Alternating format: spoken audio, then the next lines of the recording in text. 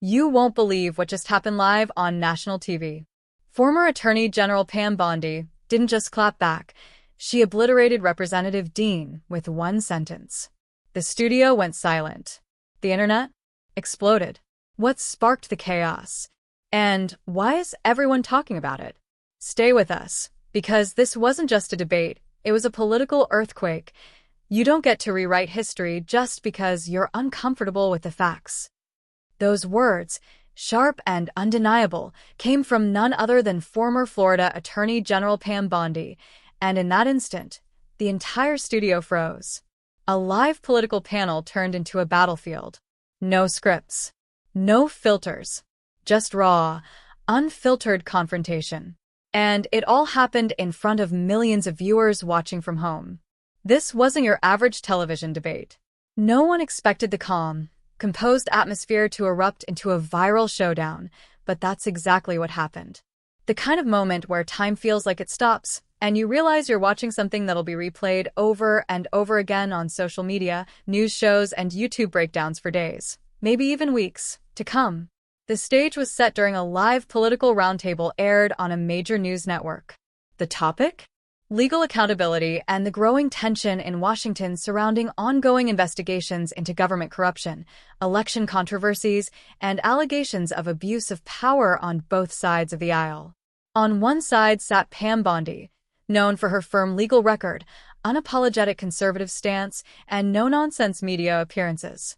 On the other, Representative Madeleine Dean, a Democrat from Pennsylvania with a reputation for being outspoken, sharp, and fearless when calling out what she perceives as injustice or political misconduct. At first, the discussion seemed civil. Each guest was given time to share opening remarks. The moderator asked pointed questions, and both sides responded with what you'd expect: carefully prepared lines, party-based talking points, and a few not-so-subtle jabs. But about 10 minutes into the segment, something shifted. The temperature in the room started to rise when Representative Dean accused key conservative leaders, and indirectly, Bondi herself, of enabling corruption by defending the indefensible and promoting partisan lies to protect political power. That's when Pam Bondi's entire posture changed. She had been sitting upright, legs crossed, speaking calmly up until that point. But after that statement, she leaned forward, eyes locked on Dean, her tone lowering, but carrying unmistakable fire beneath it. She started by calmly challenging Dean's claims. But within seconds, the tone escalated. Bondi, visibly irritated, shot back. "Let me stop you right there. You don't get to stand on this stage and accuse people of corruption when your own party has been knee-deep in cover-ups and double standards for years." Dean attempted to interrupt, but Bondi wasn't finished. "You talk about defending the indefensible, but where was your outrage when your own colleagues were bending the rules to protect themselves? Where was your concern for democracy then? Don't act like the public can't see the hypocrisy." And just like that, the gloves were off. The host tried to step in to redirect the conversation, but it was too late. The sparks had already turned into flames. Viewers watching at home began flooding social media. Posts like "Pam Bondi just annihilated Representative Dean on live TV," and "This is the most intense political moment I've seen in a while" began trending.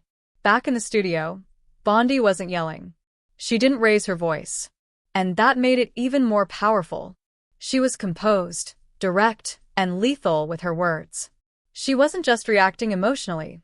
She was stating facts, citing past scandals, and dismantling Representative Dean's points with precise legal and political references.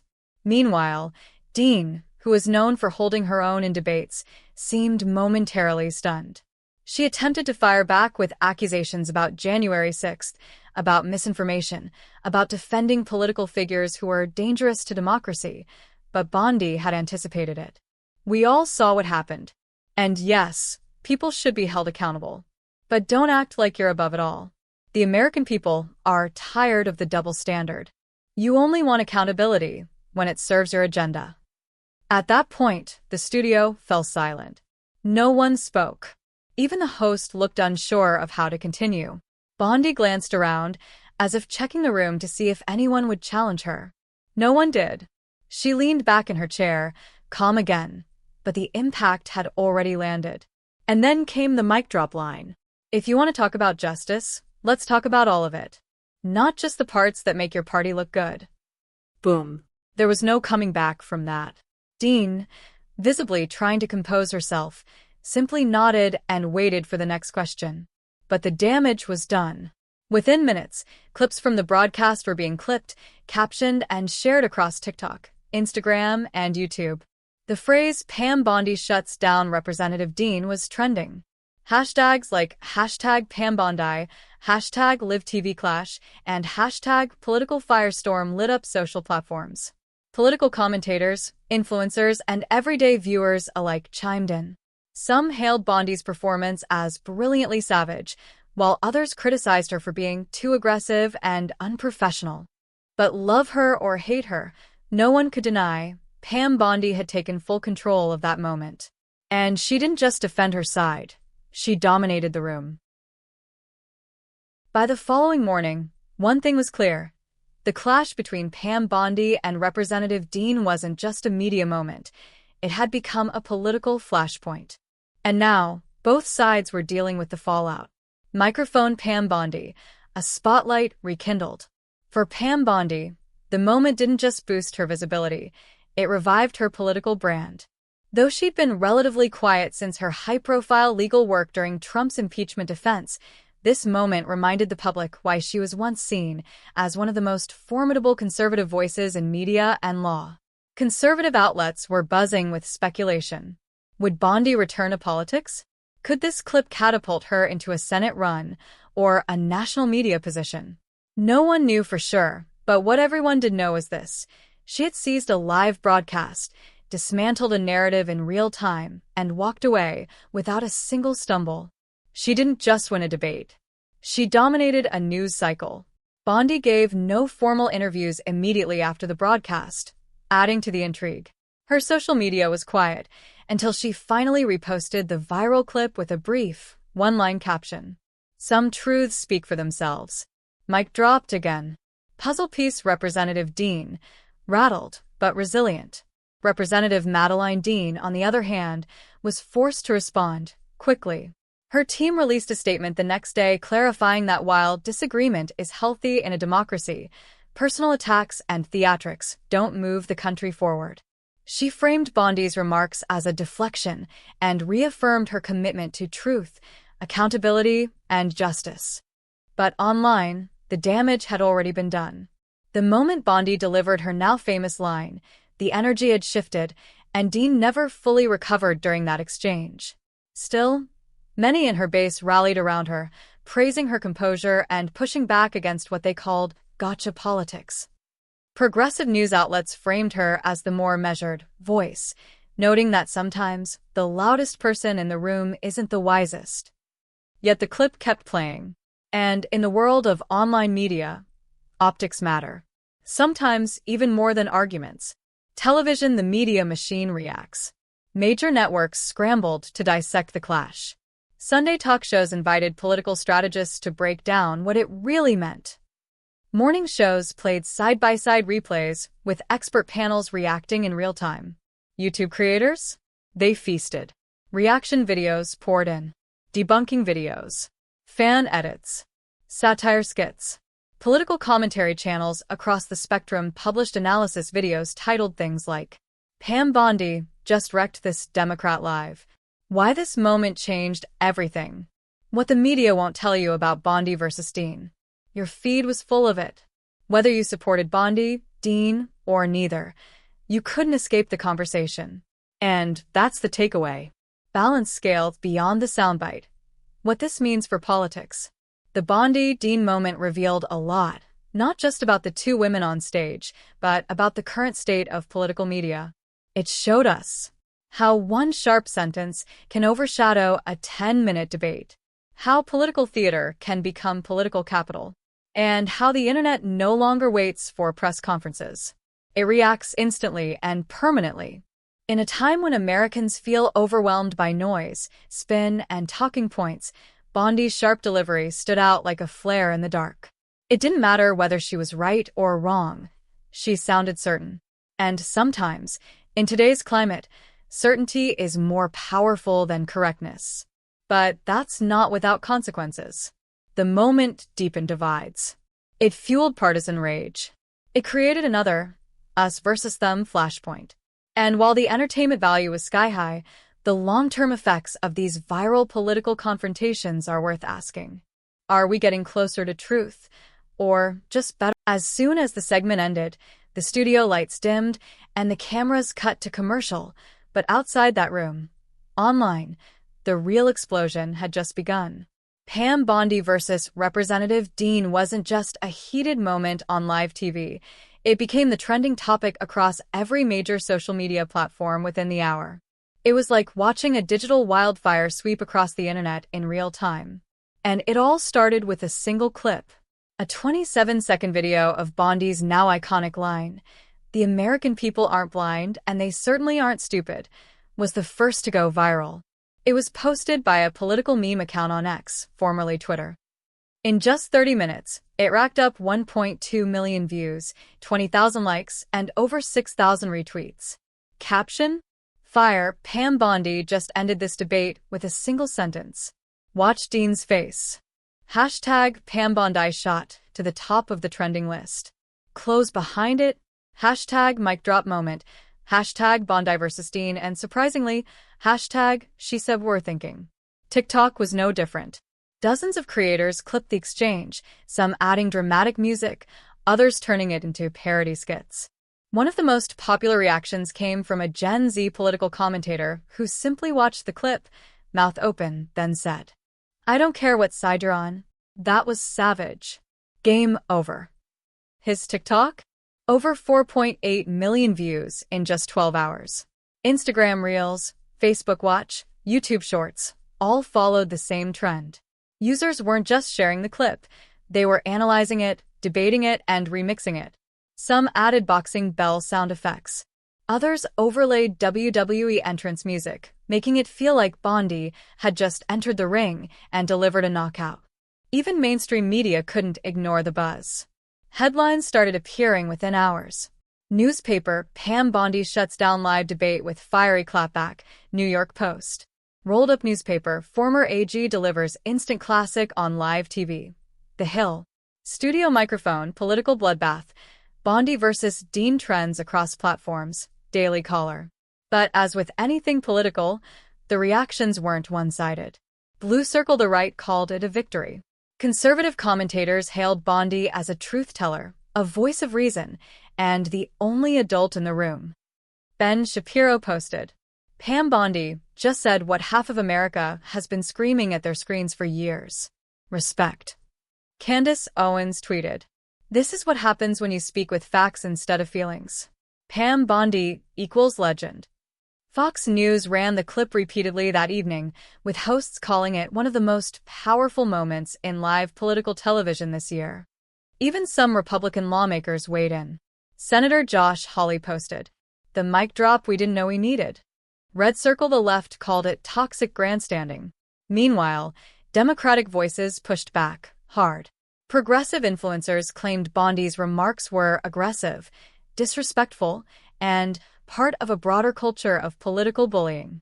Some accused her of dodging real issues and weaponizing populist anger. Representative Alexandria Ocasio-Cortez retweeted a clip of the moment with the comment, "This is the problem. Loud doesn't mean right." MSNBC anchors criticized Bondi's tone, with one analyst calling it calculated political theater meant to distract from genuine calls for reform. One popular left-leaning TikToker responded with a fiery rebuttal, posting, "Pam Bondi didn't win anything. She gaslit the audience, dodged accountability, and weaponized media attention." And yet, even critics couldn't stop talking about it. That's the thing about viral political moments. They transcend support or outrage. Whether people loved her or hated her, Pam Bondi was everywhere. Handshake independents were torn and intrigued. What made the moment even more fascinating was how many independents and centrists chimed in. Some praised Bondi's delivery, even if they didn't agree with her politics. Others said the whole thing exposed how broken political discourse had become. One YouTube commenter under the full clip said it best, I don't like either of them, but Pam Bondi brought a level of honesty we rarely see on TV. That felt real. Another wrote, "We need more of this. Less fake smiles. More actual debate." Thousands of similar comments followed. It wasn't about parties anymore, it was about authenticity. Bondi's mic drop moment had sparked something much bigger than a back and forth. It reignited the tension in the room was thick.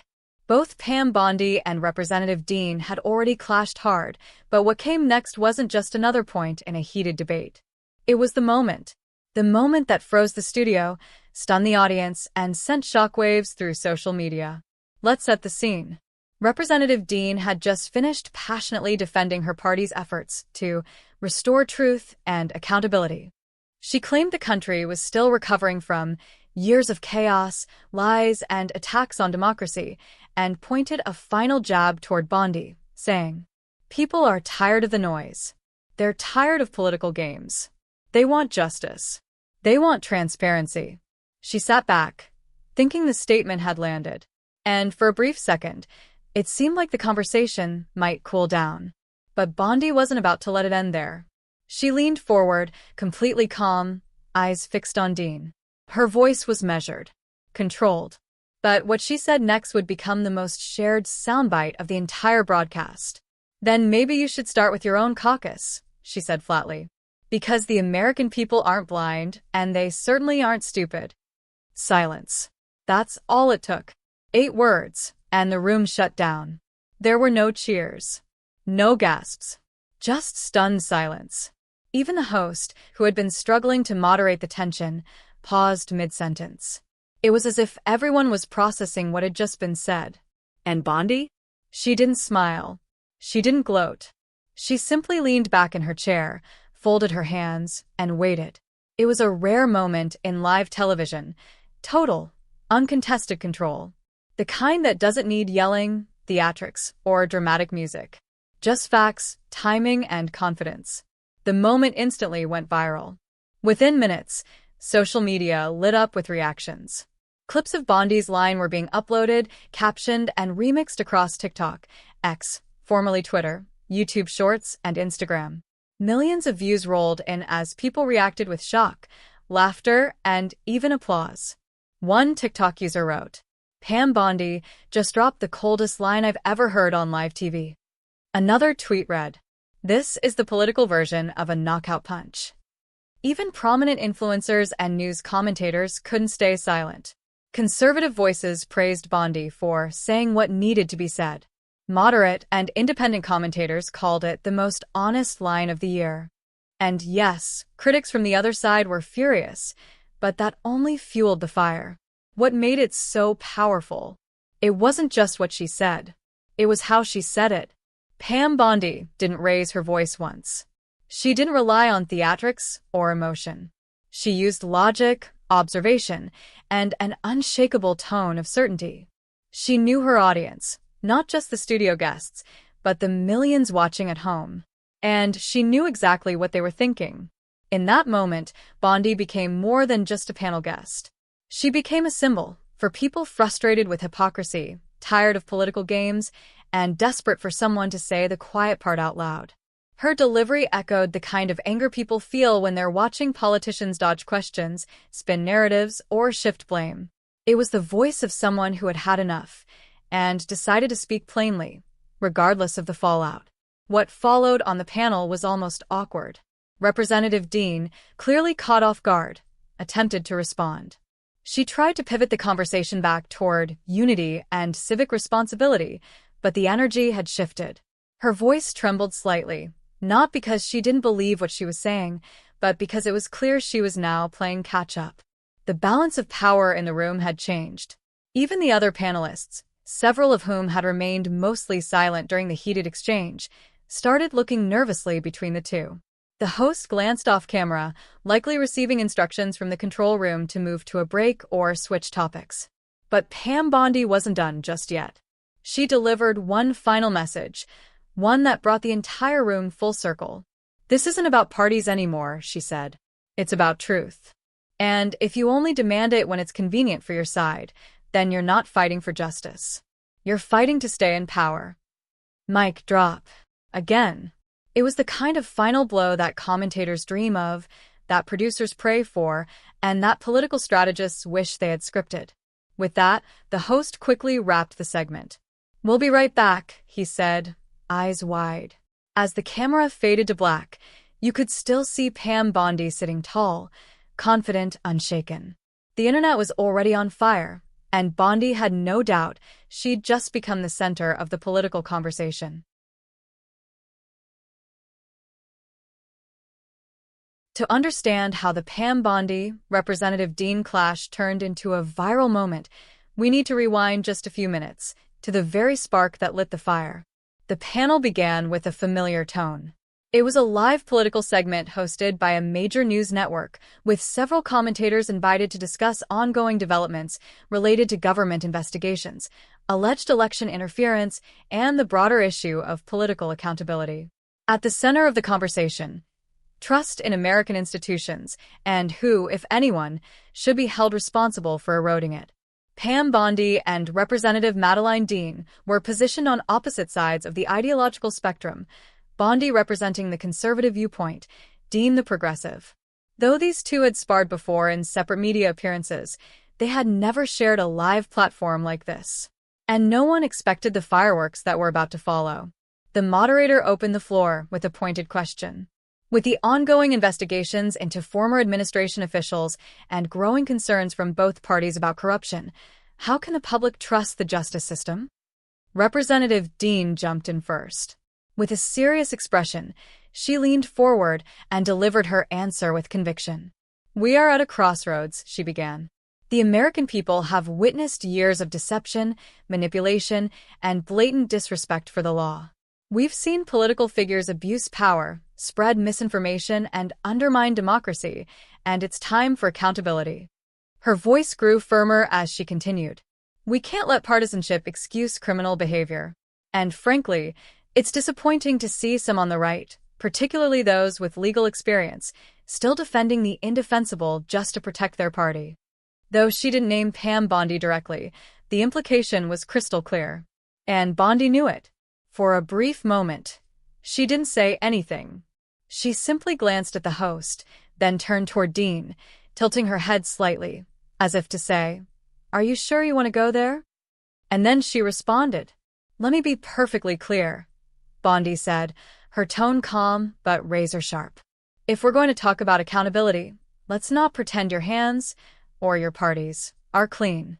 We've seen cover-ups, double standards, and selective outrage. You can't cherry-pick justice." Representative Dean smiled, perhaps thinking Bondi would keep things civil. But that moment of calm quickly gave way to a storm. Bondi continued. "You accuse people like me of defending the indefensible, but what exactly are you referring to? My legal defense of due process? Or is it that I didn't blindly follow the media narrative pushed by your colleagues?" The studio got quiet. Everyone on the panel leaned in. Dean didn't hold back. "You've consistently downplayed serious allegations and enabled those who refuse to accept the results of the 2020 election," she snapped back. "People like you are why this country is so divided." That was it. The fire had officially been lit. Pam Bondi's jaw tightened. She glanced briefly at the camera, clearly aware that the moment was live, then delivered a response that made headlines. "You think I'm the problem?" she said, voice low and deliberate. "Let's talk about your party's silence during real scandals. Hunter Biden, FISA abuse, email servers, riots that went uncondemned. Your selective memory is the real danger to democracy." Representative Dean tried to interrupt, but Bondi raised her hand gently and said, "Let me finish." She then delivered a legal breakdown that only someone with Bondi's credentials could. She cited actual cases, legal precedents, and examples of how weaponizing justice had occurred on both sides, not just the one Representative Dean was criticizing. "I've spent my entire career defending the law. What I won't defend is hypocrisy. And right now, what you're doing is not about justice, it's about narrative control." That hit hard. Even the moderator looked taken aback. What made this moment even more electric was how personal it began to feel, not just for the speakers, but for the audience watching. Millions of Americans, regardless of party, have grown frustrated with political double standards. And in that moment, Bondi became a voice for those who feel unheard, unrepresented, and increasingly skeptical of Washington. Dean, to her credit, stood her ground. "We're fighting for truth," she insisted. "We're holding people accountable. If that makes you uncomfortable, maybe you need to look in the mirror." But by then, the tone of the room had shifted dramatically. The once level conversation had become a high-stakes clash of ideologies, and Bondi had seized control of the moment. Her final line in this exchange? "Truth isn't partisan. But lately, it seems like your version of it depends on